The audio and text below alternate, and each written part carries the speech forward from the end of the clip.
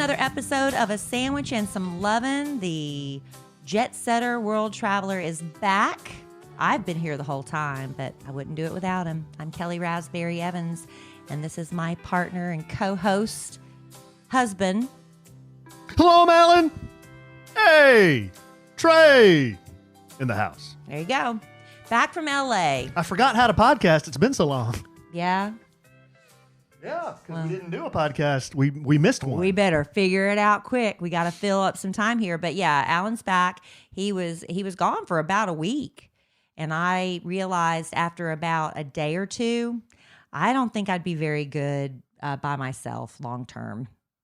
I got real lonely. Don't know what you got till it's gone. And then you do stuff like that. And I'm like, maybe a day or two once a month. Too bad. I'm kidding. No, but my daughter was gone. You were gone.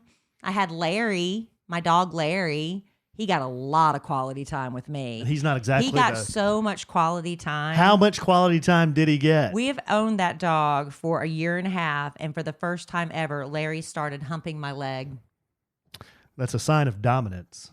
I don't know why he would suddenly start doing that while I'll tell you why. gone. Because Alpha Wolf was gone, and I'm pointing to myself. So he's sitting around here like, okay, where's the guy in charge? Well, here's this goober that I see all the time. She gives me all that affection. I know she's not in charge, so I'm going to run over there and show her who's in charge. He did. That's what he's doing. Man, my right calf got the business. He was showing you that he was the alpha wolf. That's so gross. I know they don't mean any. Well, it's dog language, it's babe. Instinctive. It's stuff, dog it's language. Just gross. It's what wolves do. It's dog Anyway, language. I tried not to punish him. I just distracted him to do something else. But Larry was my only company. Actually, that's not true, because while you were gone, one of my dreams was to move to a cul-de-sac. That's been one of my dreams. Sack. I love living in a cul-de-sac. The other dream was to have a big enough laundry room. I didn't get that. And I also my dream was to have like a kitchen sink with the window above it so I could look out in the backyard and watch the children play. I didn't get that either. Kids don't want to go outside. But I did get the cul-de-sac. And we've been trying to plan this couples cul-de-sac night out forever. Yes. It's like 5 couples, something like that. We were going to rent one of those party buses. Mm-hmm. We were going to go into the city. We were going to have a designated driver. We were going to tear it up. But we can't ever get a night where all couples are available. Oh, it'll be frickin' 2024 before we do that. So we finally got this past weekend set, and then Alan got these tickets to the Grammys, and they were like, of course, Alan, go to the Grammys. And then Wait a minute. Nobody. I didn't ask anyone's opinion. Except yours. I know. They were saying they would cancel the event and do it when you could come. Okay. Were you getting an attitude? So anyway, it became, since we're not doing couples, well, let's just the ladies go. And then 4 ladies were going to go out. Single ladies. One offered to be the designated driver. It was not me, because I was going to tear it up. I was going to have a designated driver. I was going out with my cul-de-sac crew. It's going to be party time. And then that day of, Friday, one of us got a migraine and couldn't go. So then we were down to 3. And so we go to dinner and we end up, I have a dirty martini. I started with my slightly dirty martini, Grey Goose. Loved it. It was a good one too. I had 28 of those in LA. And we're sitting there and we're all talking and we start sharing, our stories about, raising kids and what we've dealt with, previous marriages and what's going on in our lives. And at the end of our wild and crazy ladies' night out, we've decided to start a Bible study group for the ladies in our cul-de-sac. Mm-hmm. So that's how wild and crazy I got with Alan out of town.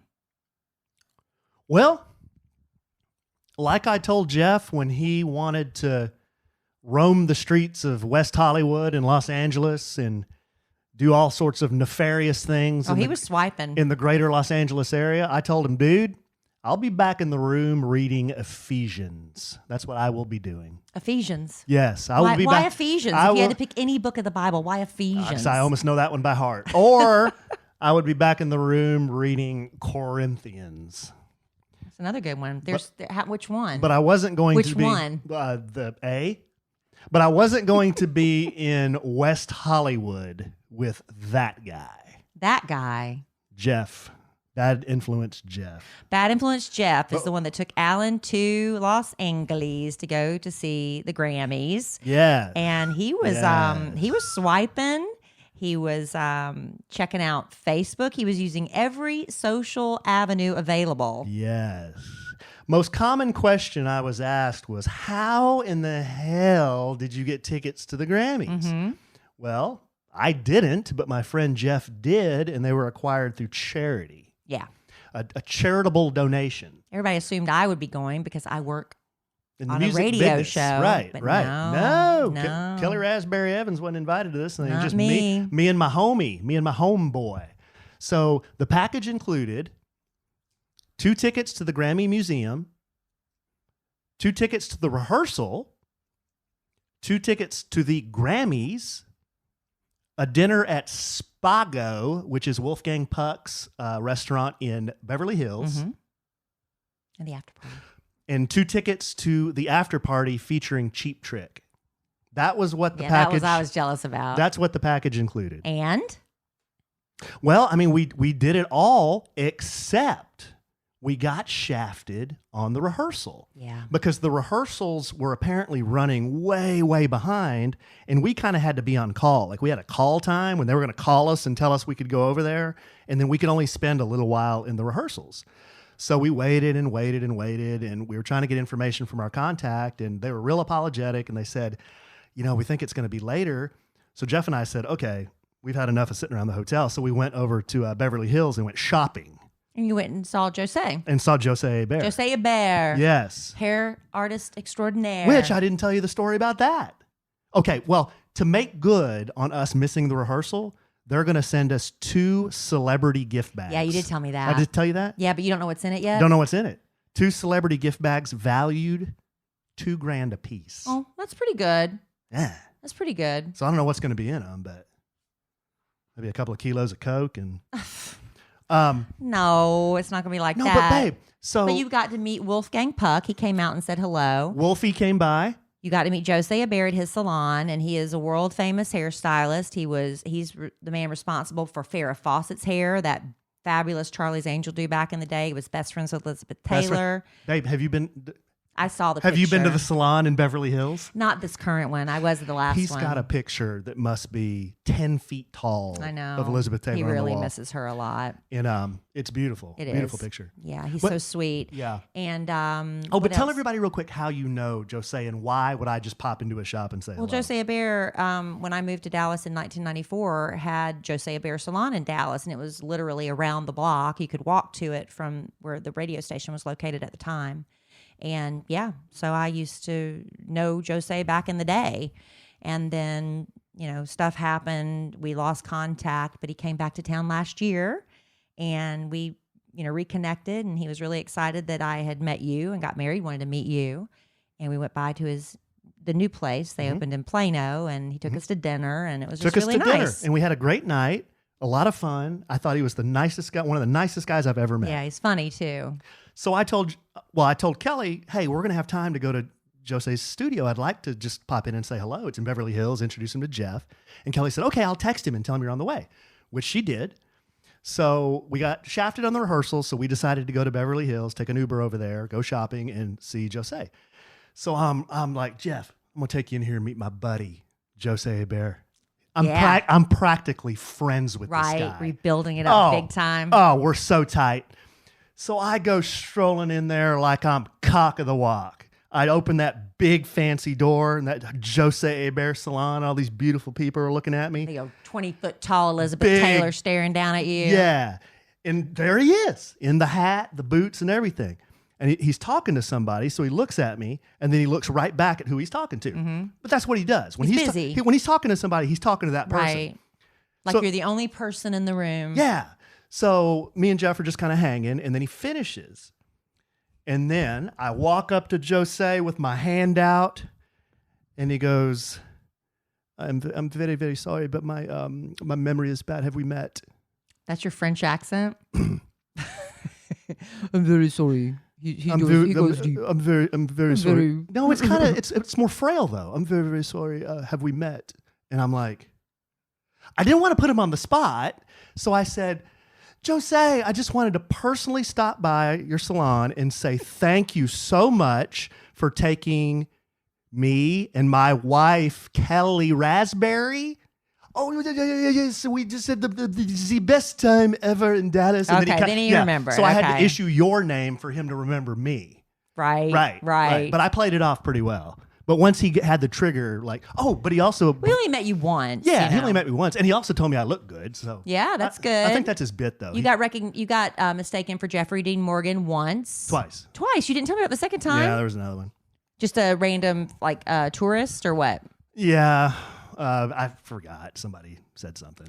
Well, tell us about what it's like. Okay, well, we do have to say that before the Grammys telecast, Alan was in Los Angeles and got the news about Kobe Bryant, and you're the one that told me about it. I hadn't turned on the television at that point in the morning and turned it on immediately, and it was just all over the news. I was sitting on the couch in the lobby of the hotel, and Jeff had gone. He had met a friend there, and they decided to go to brunch or lunch, and they invited me to go, but I had a big breakfast, so I'll just sit here and people watch, because the best people watching is in Los Angeles, California.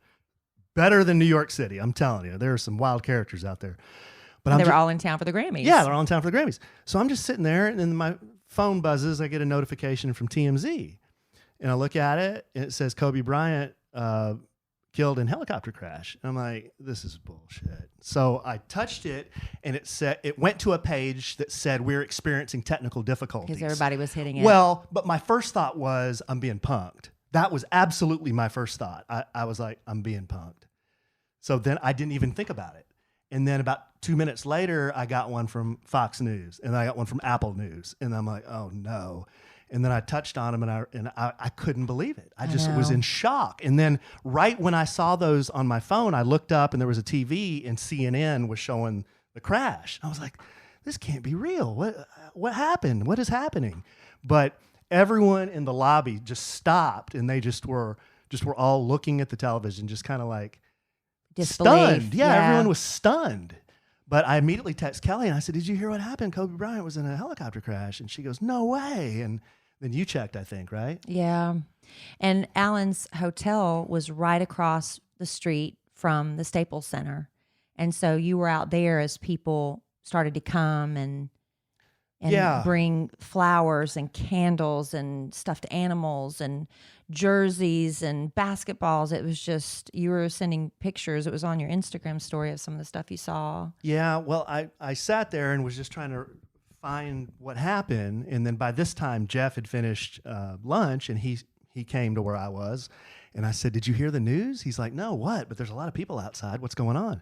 I said, Kobe Bryant and some other people, at this time we didn't know how many, some other people were in a helicopter crash, and he's dead. He's like, what? That's crazy. So he said, let's go outside and see what's going on. So we both went outside, and like Kelly said, all these people, there's a big open area in between that hotel and the Staples Center. It's all in downtown Los Angeles. Like a big courtyard area? Yeah, a big courtyard area. And the Staples Center, those of you who don't know, that's where the Lakers play basketball, and that's also where the Grammys were. And they have big events there. Yeah. It's a big basketball stadium. But there must have been, I don't know, 500 people out there already in a big mob, and they were just taking pictures, and in the middle there were people crying and writing things on the ground. Yeah, and everybody was writing notes on the sidewalk and the pavement. And then they started chanting. MVP, MVP. Because Kobe won MVPs, and it was just, we were just shaking our heads in disbelief, like, what? Just a surreal feeling. It was like a surreal feeling. Yeah, it was just really strange. And the next morning we went out there again, and the press had come out there, so the news was out there. And it was really, that next morning was really sad. I've never seen so many people be so quiet. Like, there were as many people out there, but nobody was saying a word. And everyone was just kind of looking at all the things that everybody had brought and reading the notes. And I took some pictures and was sending them to Kelly, and I posted a few. And there was a guy, there's just one quick story. There was a guy, and he was holding this big sign that he made. And it was probably 4 feet wide by 3 feet high. And it was a collage of all these pictures of Kobe Bryant. And he was just standing there, and I took his picture, and he said, he said, I kept every one of the magazines where Kobe Bryant had a picture in him of his whole career. And he said, when the helicopter crashed this morning or yesterday morning, he said, I made this sign. Yeah, he cut out it's not like he ripped the pages. He cut out, every picture of him and made a huge collage, and he was just standing there holding it. It was just the saddest picture. Yeah, it was. And I just tell you, I'm so sad about the loss of Kobe Bryant, but I can't stop thinking about Vanessa, his wife, who lost a husband and a daughter. And I just can't imagine. And I've been haunted by that. That night I went to bed after the news, and I just thought, what is it like for Vanessa going to bed tonight? Is she even able to go to bed? What's she thinking? How's she feeling? I cannot imagine. And then your heart goes out to everybody else on the plane as well. I mean, the helicopter as well. I mean, their families suffering tragic losses. It's just awful. And but yeah, the fact that you were in LA when that happened. Yeah, it was about the most awful, I guess, news you could think of. I mean, and I was talking about this with one of my friends, and I guess Kobe Bryant, he was a basketball player in that community for 20 years. Mm-hmm. I mean, everybody knows Kobe Bryant in LA, really in the world. Yeah. Somebody's heard of Kobe Bryant. But we were talking, and I said, I think why this has really hit a lot of people hard was, I mean, there were children on the helicopter. They were taking them to basketball camp. But, people, especially the people in LA, and like the guy holding the sign, I said, people need heroes. They need hope. They need people to look up to. And right. A lot of times that's a sports figure, whether you right. like it or not. And when someone like that's like so strong and like can do anything, and he's been deified. He came from humble beginnings. Didn't go to college. Went to the pros. Had his career with the Lakers. Won 5 championships. He can speak 5 languages. Plays the piano. And then he had some mistakes he made early in his life, but then he became a really good father and did a lot for charity and all these things. When somebody like that dies that way, when you go from knowing that somebody is alive to they are gone from the earth, that is very, very difficult for people to understand. Yeah, it's like it represents a huge loss. Because we don't know him personally, obviously, but it was like that when Kid Craddock died. This summer will be 7 years, and some people, they were just so torn apart by his death, and they would talk to me, and one woman said, I cannot stop crying, and she said she finally kind of realized that he represented such a part of her childhood, that he represented, it was more than the man that she'd never met, but he represented a part of her childhood, and that she felt like that died with him. So when somebody that you look up to and adore, that some of us the hero worship thing, it's really rough. And I don't know when they're going to do the memorial. There's been talk they can't even hold it at the Staples Center. They're thinking about doing it at the Coliseum. Good grief. Because there's going to be so many people. It's just awful. Yeah. But then that night the Grammys had to go on, and they did tributes to him, and you were there have you had a chance to go back and watch it on TV yet? No. Because being in the crowd is a lot different than watching it on television. Yeah. So is there anything any highlights from the Grammys that really struck you being there? Yeah. I mean, I think there were 3 that popped to mind. The biggest highlight for me was Demi Lovato. So good, right? That song, I mean... And I texted Kelly, I said, I've never cried at a live performance, ever. Really? Ever in my life.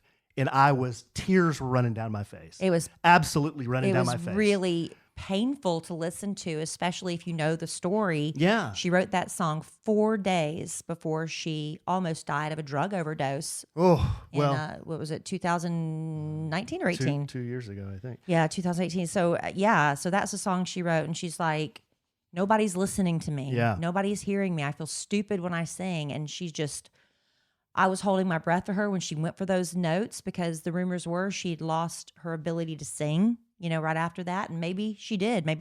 Who knows? She hasn't addressed that yet, but she got it back, man. That song, it spoke to me for sure. And yeah, that was just something else. The way she had to stop and collect herself, and then she kept going was really amazing. And I don't get freaking blown away by like music too often, especially, you know, A little pop star. Yeah, I like rock and roll music, but that just hit me so hard. It was really unbelievable. That was the highlight for me. That was the highlight for me.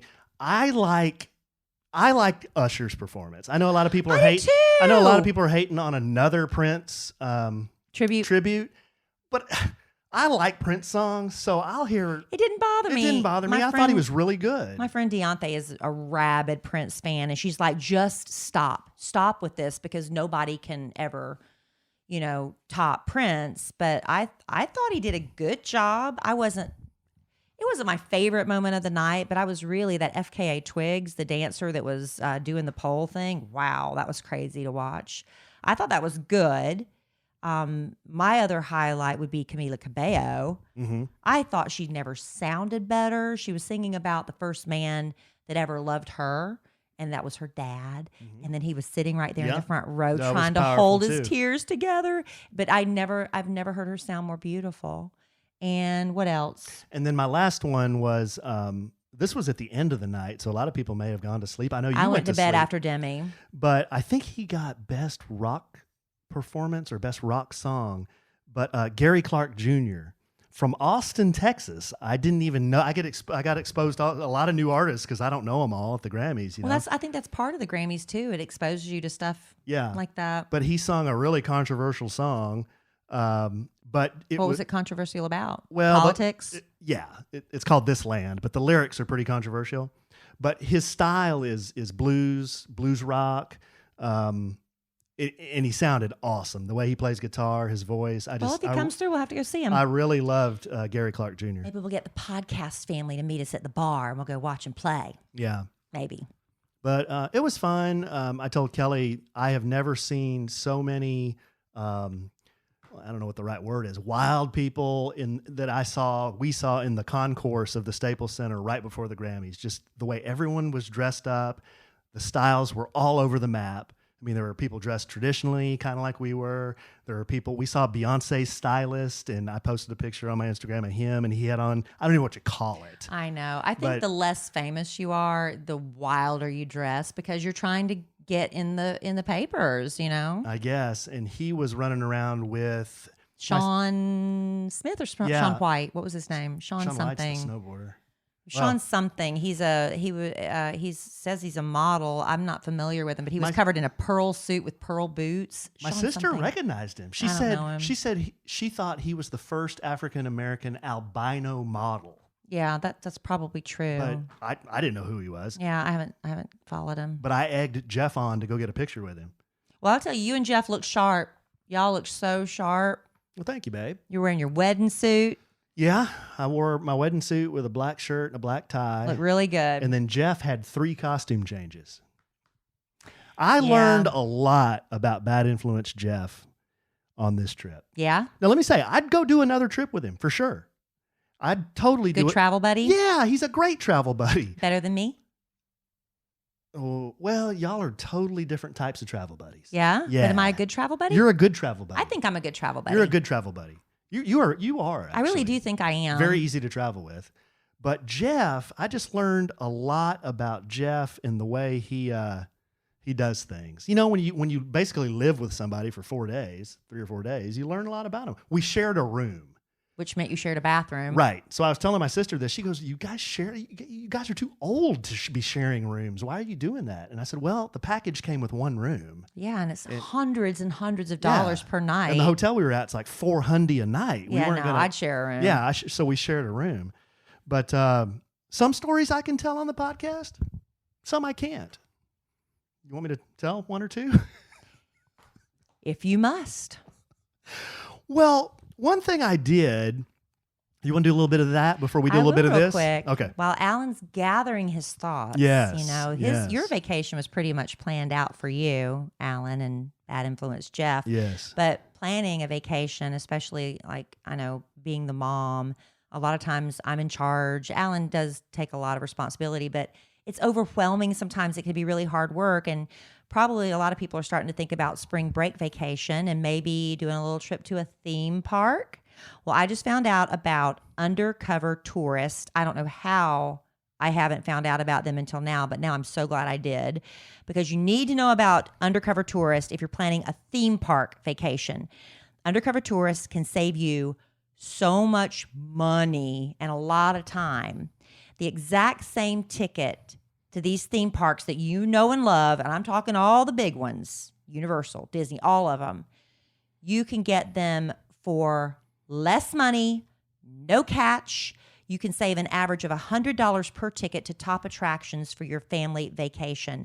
They are an authorized seller for 20 years of quality service, providing theme park and attraction tickets at discounted prices. They've got an A+ rating from the Better Business Bureau, over 1 million app downloads of their Orlando Wait Times app, which we found out when you're at Disney World, it really helps to know planning where you're going to go next, what the wait times are. With Undercover Tourist, you get the exact same theme park tickets. They'll email them to you, or they'll give you the physical tickets. You can skip the lines at the gate, go straight to the rides. You pay what you see. There's no hidden fees or taxes included where applicable.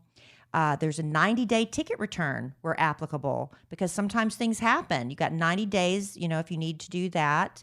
They have really great customer service agents who are there to help you every step of the way.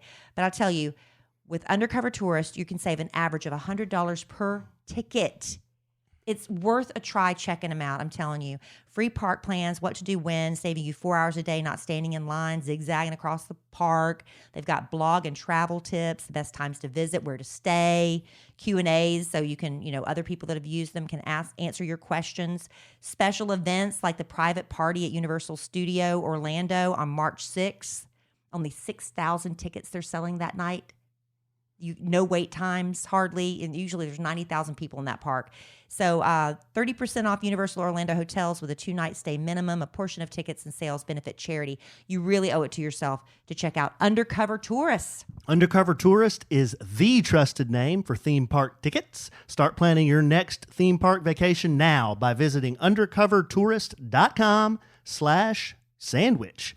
That's an additional discount using sandwich on top of the big savings already offered through Undercover Tourist. That's undercovertourist.com/sandwich. Undercover Tourist is singular. Yeah, one more time there. Undercovertourist.com/sandwich. Yeah, that March 6th thing, man, that's kicking off our spring break. It's such a good deal. Yeah. Only 6,000 people at Universal. I know. Both parks. That's legit. Unlimited free food and drinks. Totally and legit. No wait times. Really, check out Undercover Tourist. I wish I'd known about them sooner. All right, babe. You got your Jeff stories? Okay, so Kelly knew Jeff before I knew Jeff. Kelly knows. I picked up Jeff at a bar. Yeah, Kelly knows Jeff. And Jeff is, he likes to party, and he's the life of the party. He's a single guy. He was married, divorced, and he's, no kids. So why not? Now, I know we've talked about him a lot on the podcast, but, you maybe don't know him like we do. So he's a very outgoing, gregarious kind of guy. Yeah. He's the life of the party. He's easy to talk to. One of his bits is he likes to say just outlandish things, but he doesn't know he's saying them. Like, he'll just be sitting there and we'll be having a cocktail and he'll just say something. And I just look at him like, where do you come up with this stuff? So I knew he was going to be in rare form on this trip. So I started keeping notes about the things that he said. Did he know you were doing that? He didn't at first, but then he caught on. So I made a list of some of my favorite Jeffisms. That you can repeat. Yeah. Some of these we've said worse on the podcast. Okay, so these are some of the Jeffisms that were issued on the trip to the Grammys. Some of these I got to change my voice. The first one Jeff said is, she's not my girlfriend. I mean, I'm open to a little exploratory drilling, Oh, Alan. for crude oil, but she's not my girlfriend. Alan, that's awful. Another one he says, witches in the house gonna let us in. They gonna be like a train. I could hear him saying that. Are you embarrassed a little bit? Here's another one. Oh, She's been blowing up my text. She wants a little bit of BI, and that don't mean bad influence. That means booty insertion. Oh, no, Alan, no. We got to put a parental advisory on this one. I want to find a hottie with a body. Okay, that's good. Yeah. That's okay. Yeah, that's tame. That's tame. Okay, here's a little exchange between he and I. Jeff. He's going to kill you. No, he's not. No, he'll be fine. Jeff, alls I got to say is prepare yourself. Alan, for what? Jeff, for the ride on Space Mountain. Alan, what does that even mean? Jeff, you have to be this tall to get on, and it's the ride of a lifetime. Oh, my gosh. God. Oh, my gosh. Oh, my gosh. Here's another one after about 4 martinis. No. Here's another one after about 4 martinis. No. I'm a jet flying, limo riding, kiss stealing, wheeling dealing nature boy. Is he a wrestler? Here's a couple of his toasts. Oh, yeah. He's known for his toast. He was on our podcast Family Vacation last summer. Stick around for a few details on that. He was known for making his toasts at the pool. Here's a couple of his toasts. Here's to the width and to the girth and to the depth. That's it? Here's another. That was it? Here's another. I like to make a toast to love and affection. Oh, here we go. I've heard and this my one. 10-foot erection. Yeah, I've heard that And I'm one. like, dude, how it's not 10 feet isn't even realistic. You need to change it to 10-inch erection. That way it would at least be maybe realistic, at least for me. But for you, you know, you might want to rethink that. I caught that. Yeah. Okay. I'm just fighting through it. Oh right? my I'm God, just, I'm they're just, so I'm just vulgar. fighting through it. Here's another quote. I guess we were talking about a friend he was trying to meet. She's hot. And you know what? The other two are going to be there. And I'm going to create a fugazi. And I'm like, what's a fugazi? I don't even know what that is. So I had to go to dictionary.com to figure out. It's a real word? Yes. F-I-G-A-Z-I. What does it mean? I can't even remember. It's nothing sexual. Okay. Yeah. But But you just thought it was a funny sounding word? I guess. But I'm like, who uses the word fugazi in normal conversation? Okay, here's just a few more. Show me the ones you can't read after the podcast. Oh, yeah. I'm surprised you've read a couple Well, of these. he and I wrote dirty limericks, and I cannot read those. Were y'all No. bored? Why are you writing dirty limericks? Well, we had a lot of downtime. We're just sitting there in the hotel bar. Oh, okay, here's the last one. Alan. This is the closer. Alan, because he's talking about some girl that he knows in LA, and he's trying to get her to come to the hotel. Oh my gosh. Alan, is she hot? Jeff, nah, but I do some oil drilling. Exploration. Back to the drilling. Why'd you do that? Alan, that's awful. What do you mean? I didn't say any of these things. But you said it twice. He said these things. Oh gosh. My favorite is the ride on Space Mountain. I mean, what is that? That was funny. That was funny. That one was funny. Oh man, he's gonna kill no, he's you. not. He'd kill me if I told him some of the others or told some of the other stories. I would kill you. Yeah. We get kicked off. Is there anybody that's been kicked off of podcasting because of that kind of stuff? I don't even know. Hey, I didn't even read the good stuff. Oh Lord. Those are the PG-13 ones. There's some R and NC-17 on there. I can't even go near. Well, hopefully he'll have some new material. Is he planning on going on the next podcast Family Vacation? Have y'all talked about it? I think he is. Yeah. And he's going to the University of Las Colinas premiere party. Yeah, that's this weekend. We'll have to talk about that on the next podcast. Alan is afraid that he has oversold it because people are asking like, what do I wear to get do I need dressed to get dressed up? And we're like, no. It's not like that. There's It's not that kind of movie. There's not going to be a red carpet. No, I don't think so. And I don't want people to think it's going to be like a Hollywood movie premiere with, reporters and flashing cameras and a red carpet and who are you wearing? It's not going to be like that. So, but it's still going to be fun. It's just going to be a bunch of people showing up for hors d'oeuvres and cocktails. And watching this really entertaining movie. Well, and I've heard the more you drink, the funnier the movie is. Well, we better have a designated driver. Yeah. We better do that. But like I was trying to tease, and I'm trying to get Alan to go there a little bit. Is Jeff coming on the next podcast family vacation? He is. And you know what? We broke bread with our travel agent yesterday, and we have nailed down some details that we can pass along. So we're doing For now, we're doing the second annual podcast family vacation in July of 2020. Yes. It will be, here are the facts we know. It will be at the Valentin Imperial. Same place as last year. We love it. Wide change. All inclusive. All inclusive, all adult. All adult, all inclusive. The food is excellent. In fact, Judy Nuri, our travel agent who helps us with this, says when she has chefs, some of her clients are chefs, they like going to this hotel because the food is so good. Another fact, Kelly and I will be there. So yes, we will be there. We will be there to party, to hang out, to do buffoonery and magic tricks or whatever. But it's going to be the week of July the 6th. Okay? The week of July the 6th, 2020. This year will also, like we did last year, there's going to be a package that you can buy that you can only get through Judy. So if you want to book, you can go ahead and call her now and ask her the details. We're still kind of ironing out some of this, but she's ready to get it going. We're looking at these dates are almost certain July the 7th, which is a Tuesday, through July 11th. Saturday. Which is a Saturday. So July 7th through the 11th.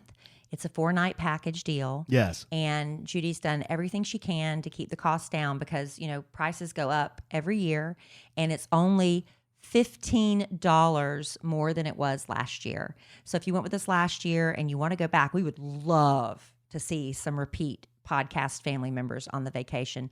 And we'd love to see a bunch of new ones too, because we just had a ball. We keep in touch with so many of the people who went with us on that vacation. We have a little group chat that we still get together for, a cocktail party every once in a while. We truly love hanging out with our podcast family. And so I'm just looking forward to it. So it's July 7th through 11th. Go ahead and put that on your calendar.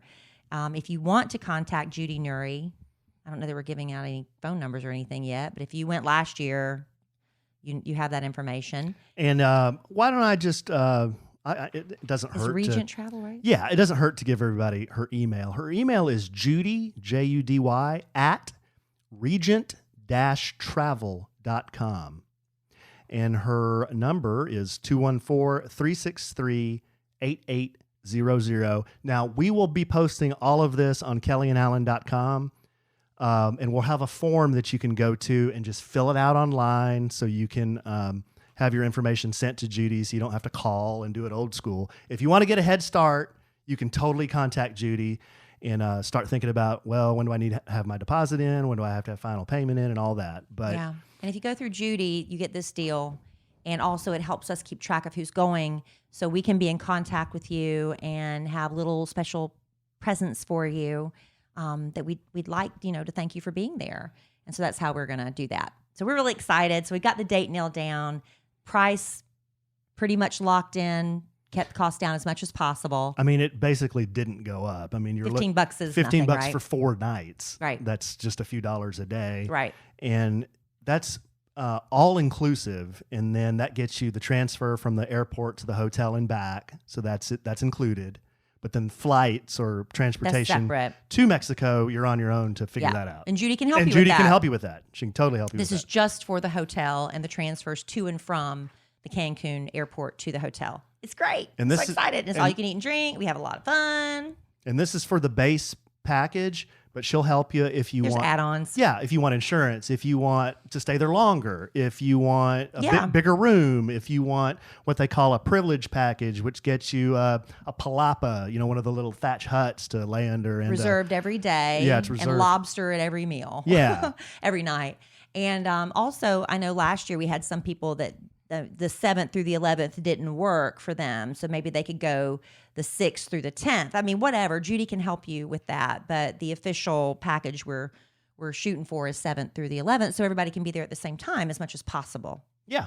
And we'll have an event. We hosted an event last year, a cocktail reception where we, all just mix and mingle and take a big group picture, and that was a lot of fun. And there's lots of entertainment at the resort. They had a magician last year. They had a dancing, a Michael Jackson impersonator, and they had the four, not the four tenors, but men that sounded like the four tenors were singing, and we had so much fun dancing. People, when they had to leave, they were crying. It was really great. So we're looking forward to it. So hopefully a lot of you can go. We'll be posting more at kellyanallen.com, but for now, if you want to get the head start, contact Judy. Again, Judy at regent-travel.com or at 214-363-8800. Great. Ball is rolling. Things are in motion. Ball is rolling on that. Okay, we're going to wrap this up pretty quickly, but we have one more thing to get to, right? Is there something else, or are we ready to do the contest? Living Spaces. Okay, so we're ready to do the contest based on Alan's jingle singing abilities. So Living Spaces, this fabulous, gigantic furniture store out in Grand Prairie, Texas. That's the location nearest to where Alan and I podcast. But they're also online, livingspaces.com. Joanna Gaines has a line of furniture there. Did you know that? I did not know that. She does. Indoor, outdoor furniture, bedrooms, living rooms, dining rooms, anything you can want at Living Spaces, livingspaces.com.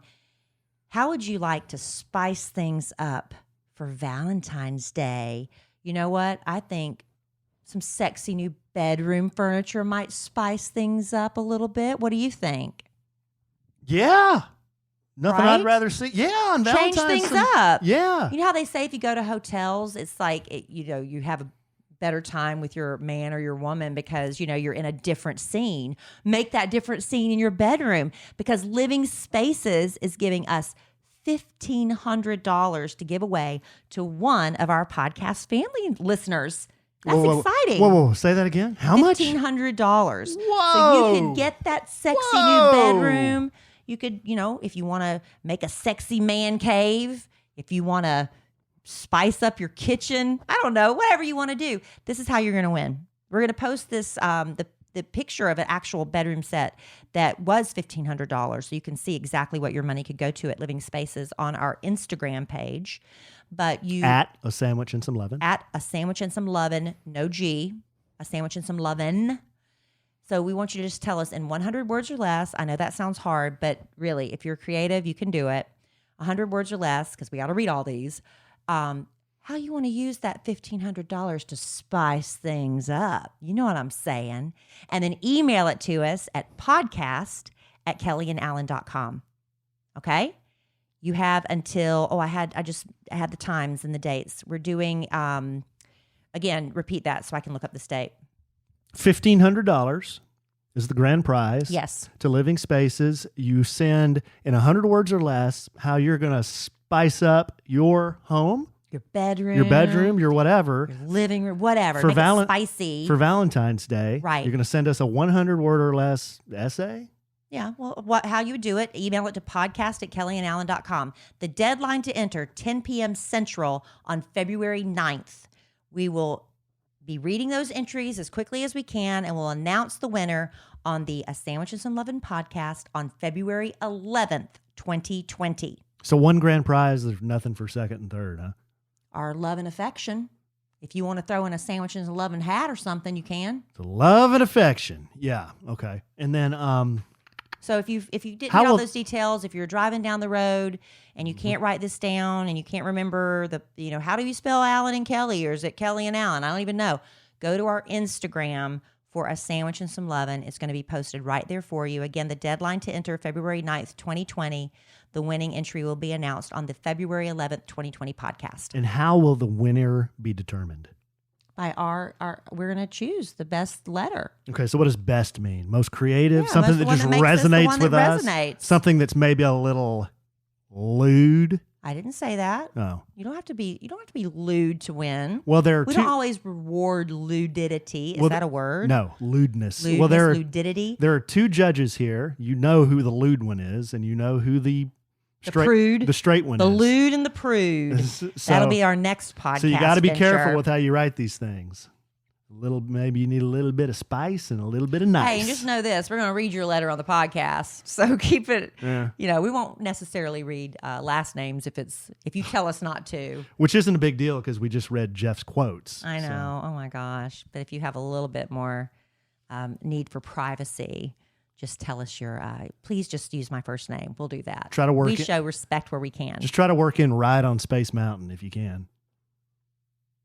$1,500. That's a lot of money to spend. That's the biggest prize we've given away. Yeah. The prizes just keep getting bigger. Yeah. We love doing things for you. I'll be freaking Bob Barker before long. Thank you, Living Spaces. Living Spaces. I'm going to be giving away freaking Corvette someday.